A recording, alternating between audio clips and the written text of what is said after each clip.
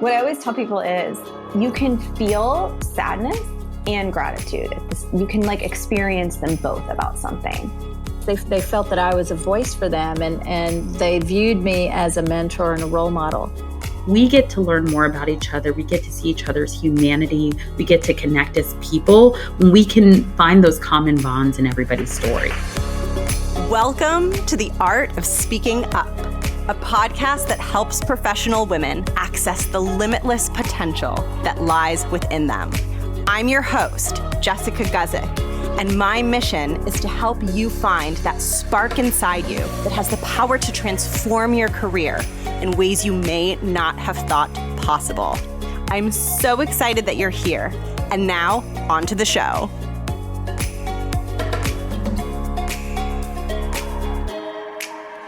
Welcome to the show. Happy Thanksgiving! If you are listening to this episode the week it comes out, it is Thanksgiving. This makes me go back to memories of being little, and we sang this song in grade school, and it went, Happy Thanksgiving! Hooray, hooray, hooray! Aren't you glad you're not a turkey on this Thanksgiving day? Apologies if you don't find my voice pleasurable. But it's Thanksgiving, and the reason I'm getting pumped about that is because this is a special Thanksgiving episode that I have had in the works and I have been planning for a while. As you know, I've done a lot of interviews over season 4. I've talked to a lot of incredible, insightful women who have shared so many interesting nuggets of insight with me and with all of you. And throughout the course of those interviews, I also asked these women to share with me one thing that they were grateful for in their careers. And I wanted to put this episode out the week of Thanksgiving so that you could bask in feelings of gratitude and so that you could hopefully reflect on what you are grateful for in your career. Because positive psychology tells us that when we feel good, we perform much, much better. Which obviously begs the question, how do I feel good? One of the ways that you feel good is through gratitude. Now, let me tell you something about myself. I am one of those people that when I hear gratitude, my inner critic goes, oh, bullshit. No gratitude. This is BS. And while that inner critic has certainly voiced that a lot and sometimes even influences my own approach towards gratitude, the science shows that when you feel the gratitude, it improves your state and it really does help you perform better. So as per usual, my very snarky, pessimistic inner critic is totally wrong about gratitude. And if you have a similar inner critic, your inner critic is also wrong. So as you listen to this episode, I invite you to reflect on what you are grateful for in your job and really feel those feelings and let them sink in. And in fact, one of the guests who you're going to hear from, Erin Foley, she shares a little bit about how to actually feel gratitude in an effective way, in the right way. So that'll help you with that a little bit too. And at the end, I will share my gratitudes.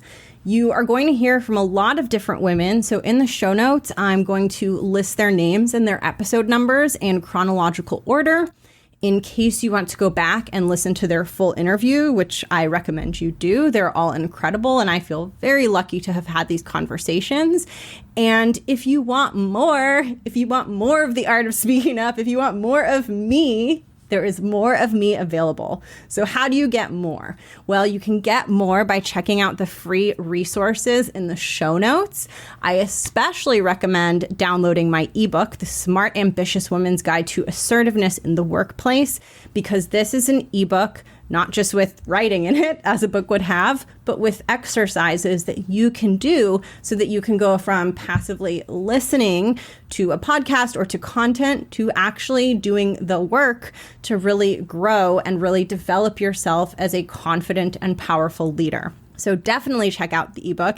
And if that's not enough of me, and if you want more of me, this feels weird to say, strange phrasing that I've chosen. But anyway, if you want deeper support and deeper guidance for your professional life, I'm also offering career coaching to help support you one-on-one in finding confidence and finding your voice at work.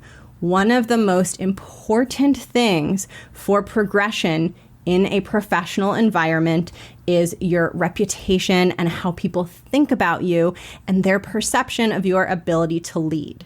And so many of you who listen to this show, you are very high performers who do very good work, but many of you struggle with bringing your voice out, and you struggle to show that high level of thinking and that high level of capability when you're in a meeting or in conversation. You're much better at doing it when you're working solo.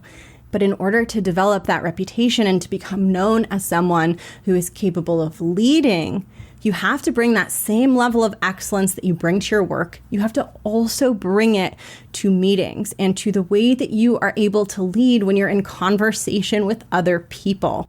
This is not to make you worry or panic if you struggle with this, but it is just to let you know that this is definitely something that is worth working on, because not only is it going to make you feel good, and not only does it help you feel confident when you can show up in these meetings and these situations at work and speak up and share your perspective with strength and confidence, but it is also very important for your progression professionally.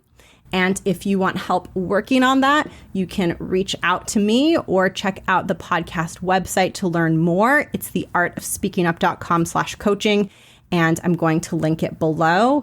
And now it is time to get into the gratitude spirit. I am very excited for you to hear these, so let's dive in. Yeah, so, and I kind of mentioned this earlier. I mean, I'm really so grateful for the opportunity to be a voice for women. And as I said, when I began this part of my journey, I was overwhelmed by the gratitude that I received from women for whom I guess they felt that I was a voice for them, and they viewed me as a mentor and a role model. And that gratitude inspired me more than anything could have. It wasn't about money. It wasn't about recognition. You know, when I received emails from women who said that I changed the way they look at their future, or they felt that because of something that I had said or taken an interest in them, that they now had more confidence in their abilities and their skills and their own careers, that to me is worth much more than any amount of money ever could be. Yeah, gratitude has been a big part of my path, and what I'm grateful for from my 9 to 5. I mean, there's so much. You know, I don't look at that and go, "Oh, thank God I'm out of there." Not by any stretch. You know, there was so much that I learned. There was so much that I received in terms of just how I learned to interact in the world came as a result of what I did in the workplace for 24 years. And so, all of that was a tremendous gift to me and the people that I worked with, so I worked with some amazing, amazing people and had some, just great working relationships that I very much enjoyed. And, some of the things that I regret and I miss about being in the corporate environment are, some of those people that I really just loved being around, and I'm still in touch with them. But I do miss that day-to-day interaction of just, kind of being in that place of giving and receiving with other people in the workplace. So I am grateful for that experience and for those people. Yes. So here's the thing with gratitude that I want to say. Gratitude is great, and I'm a big fan. But the key is to not use gratitude as a way to bypass feelings or as a way to repress. So what I always tell people is you can feel sadness and gratitude. You can experience them both about something. You can be frustrated and find gratitude. So I always say to people, don't just sort of leap to the gratitude quickly as a way to positive think yourself out of something before you've gotten curious about what's going on with you and before you've processed what you might be feeling. So a good example is let's say you got fired from a job and people will feel really sad. They got let go. Maybe they loved the job. Maybe they loved the people. Maybe it was super fulfilling for them. And I'll have clients that come to me and they're like, I am so sad, but I know it's a good thing. And I know I have the future. And they're grasping at gratitude and grasping at gratitude. And I'm like, it's not a replacement for grief. You're allowed to be sad that job is gone. And it's fine to process that. Let yourself feel it. Let yourself feel sad about the things that you need to feel sad about. You loved your job. You love those people. So that grief is totally normal. And you can then gently start looking for where the gratitude is in that. And you can experience them both. So you don't have to use it to bypass things all the time or to try to like cover up the feelings of frustration or if your workplace, like, because a lot of times that will keep you from being curious about what's really going on with you and what you're feeling and when you need to process an emotion and feel the thing that you're actually experiencing and then moving to the gratitude. The other thing I want to say about gratitude is it only works when you slow yourself down and you move into the feeling state of gratitude. So if I just make a list of a bunch of stuff that I'm grateful for because I'm trying not to feel so crappy about this job that I hate, it's not going to do anything. I have to slow myself down enough to just like focus on one thing that I really, truly feel grateful with and sit with it long enough to feel the emotional feeling of gratitude. And when you feel it, now you get to have the benefits of it. But if you bypass the feeling, it just becomes an empty list. Yeah, so I'll go back to that first job after school. That job was challenging in so many ways, but I am so grateful for the people that I made friends with along the way. When I doubted myself or got tired, they were there to cheerlead. Their support really helped me build confidence and move forward in my career. And I still keep in touch with these folks. Yesterday, we were on Zoom having music video viewing hours throughout quarantine. This is a thing that we've decided that's going to be our escape. And it's been nice to see them grow out of those roles and change as well. I am really grateful for the fact that I get to share other people's stories and that they entrust me with their stories. A lot about marketing, and in particular, in my last role, I was focusing on a lot of employer branding. One of the things I was doing was finding unique employee stories and really elevating them, creating a video or doing articles. And I think that there's no bigger trust that you can do than somebody actually being vulnerable, sharing their personal life with you to you put it on a broader stage. But it is so fun for me. And I think we get to learn more about each other. We get to see each other's humanity. We get to connect as people when we can find those common bonds in everybody's story. So I'm super grateful to have a job where I do that.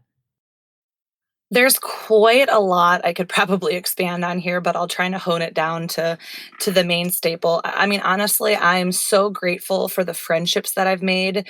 The Coast Guard to me was like a family. You see these people more than your blood family because you're usually living in a different state than where you grew up and all that. So I would say I'm extremely grateful for my Coast Guard friendships that I've made.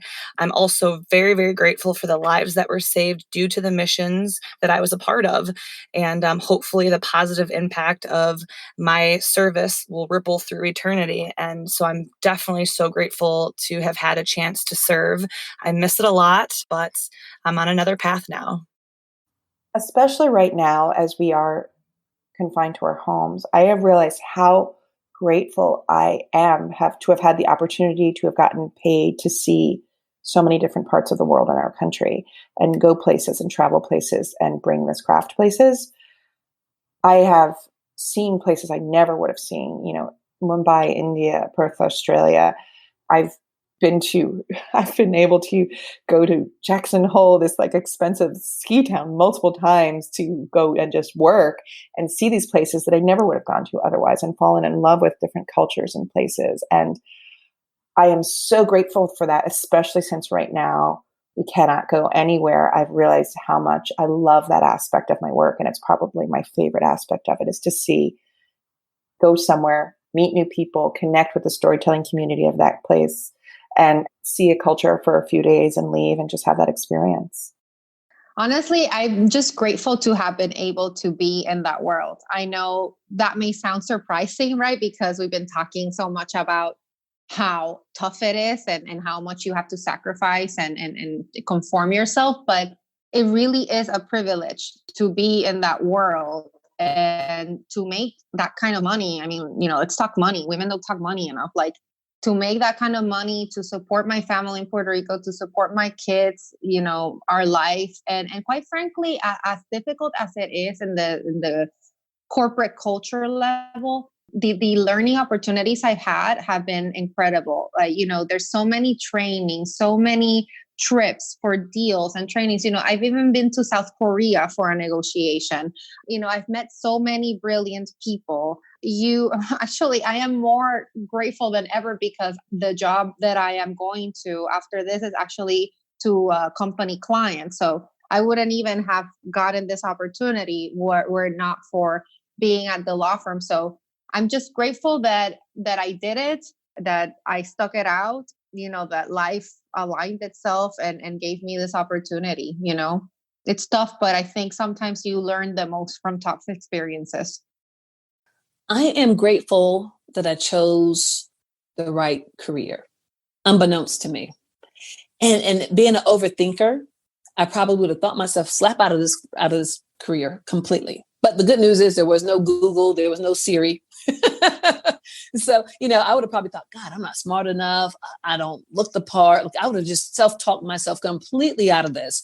And so I'm thankful that while there was not enough information about it, I was somehow the spirits that be said, you should just do that. Because my aunt told me, she says, go major in business. And I was like, well, that seemed kind of lackluster for some odd reason. Just didn't have a good ring to it. Not that CIS does either, but So I get to college, I'm like, I don't think so. That sounds like a secretary, which is nothing wrong with that. But I was like, I think I can do better than that. So what else do you got for me? And I said, okay, fine, I'll be that, with no idea what I chose. So I'm thankful that I chose the right thing. All right, and that brings us to the end. I hope that you enjoyed hearing from all of these women. And now I'm going to share my gratitudes. And this is very interesting because as of this recording, I have two directions that my career is going in. I have my corporate career where I do corporate strategy, which I have been doing for many, many years. And I have my new career as an entrepreneur and a career coach. And, it's connected to this podcast, but now it's actually a business that I'm creating. So I'm going to share gratitudes for both of those because those are both of my jobs now, which is really cool. In my 9-to-5 job, the thing that I am most grateful for, and I have always been most grateful for, are the people around me and the connections and the friendships that I've made. For me, there are few things more special that you get out of a job than when you get a really good friend. And I feel incredibly grateful to have that in my work environment. And when you go to work, even though we're working remotely now, there's still Slack and all those things. When you enter into your work environment, knowing that there are people there who you totally trust, who you can tell anything, who understand you, who you want to hang out with outside of work, that lifts your spirit and makes the experience at work so much more enjoyable. And I definitely, if you are someone who has looser relationships at work, I definitely recommend pursuing closer friendships if it feels organic and if it feels natural, because that connectedness that you get from those friendships is so powerful. It makes you feel so much more supported and so much more part of something. And I believe that it's really, really important. So that is something that I'm really grateful for in my current job. And in this new endeavor that I'm embarking on of coaching and entrepreneurship and building my coaching practice, I am really, really grateful for the opportunity to take this cause that I get very filled with emotion upon thinking about this, but to take this cause that is so close to my heart and feels like it is a soul mission that has been with me for so many years of my life. But I am so grateful for the opportunity to put that into practice and to bring that into the world. When I started this podcast, I didn't know what it would become, and I didn't exactly know what the path ahead was going to look like. I just knew that I wanted to get this message out to women. I wanted to get in your ears to tell you that you're amazing and that you can do anything, because I knew if I told it to you in just the right way, you would have this light bulb moment and you'd be like, well, maybe she's right and maybe I can do anything. And because you had that light bulb moment, you'd show up at work differently And when challenging situations come up, instead of falling back to old, fearful habits, you would have a moment of showing up far more courageously. And that little moment would change everything for you. That's why often when I'm interviewing my guests, I ask them to share a tiny moment that has been really impactful in their careers, because it's just one tiny moment where you speak up in a meeting that you've never spoken in before, or you share something, an idea with your manager when previously you've always kept your ideas to yourself. It only takes one moment to go from 0 to 1 and break that barrier of belief that you quote unquote can't do it. You only need to do it once, and it happens quickly and it happens in an instant. And I knew that if I could just tell you and just help you see what you are capable of, then you could go out into your job and experience that tiny moment. And that tiny moment, even though it's tiny, could change everything, because you can no longer stay in the story that you never speak up in meetings because you did it once, or you could no longer stay in the story that you don't share your ideas with your manager because you finally did it. And that's really what this show is all about. And I'm grateful for the opportunity to build this show into something even bigger than it is right now, and to have impact on a deeper level. After doing the show for 2 years, I realized on the one hand, I was having a ton of impact because women were listening to the show and it was making them feel different and show up differently. And I also realized that there was way more impact to be had, and that the next step for me in all of this was to deepen my ability to guide women through this process of finding that power inside of them so that it could change the future trajectory of what is possible for them in their careers. And my hope and my dream and my desired outcome for all of this is that women listen to this show. And because of that, there is some subset of women out in the world who end up going farther, faster in their careers than they would have without it. And we end up having a more compassionate and more heart-centered and soulful women leaders all across our professional world. Our professional world is starved for leaders who have big hearts and who care about people and who want to permanently change cultures and make workplaces these welcoming, safe, exciting, inspirational places to be. I believe that is the pinnacle of what these workplaces can be. And we need women like you, women who are sensitive, high EQ, ambitious, who care about other people. You are the exact women that we need to build that. And that is why it is so important for me to reach you and to help give you as much as I possibly can to help you become a leader. Because when you are a leader, you are going to change other people's lives. We spend so much of our waking hours in these work environments. And when we have strong, compassionate, inspirational leaders, people's quality of life goes up. And it's never at the expense of the company doing well. It always helps the company do better. When people feel good, they do better. Happiness comes before success. That is what the research tells us. And you can be an agent of that for yourself and for other people. And I think it's amazing. So I am bubbling with gratitude at the opportunity to continue this show, to continue to serve some of you one-on-one. It has been glorious. It has been so much fun. This show is going to continue on for a very long time. And I am so excited for those of you who are going to stay on the ride with me. And I hope that over time, you can blow your mind for what is possible for you, and you can totally shatter these limitations that you thought you had, and you can look back at a past version of yourself with love, with nostalgia, but also with knowing that you are a completely different version of yourself, and you are a version of yourself that is strong and capable and lives in a sense of limitless possibility. That is what I am grateful for, and it puts a really big smile on my face, and I hope it puts a smile on your face. I hope you have an amazing holiday. I hope you eat tons of delicious stuff. I hope that things are going really, really well for you. I would love to hear from you. I'm going to put all of my contact information below in the show notes, as I always do. All of the things that I mentioned, you'll find below. My ebook, there's also a free Facebook group. I will link to learn more about private coaching, and my email address and my contact information. Everything's down there. And with that, I'm going to hop off. I'm going to send you all of the love, and I'll catch you next week for an interview. All right, bye.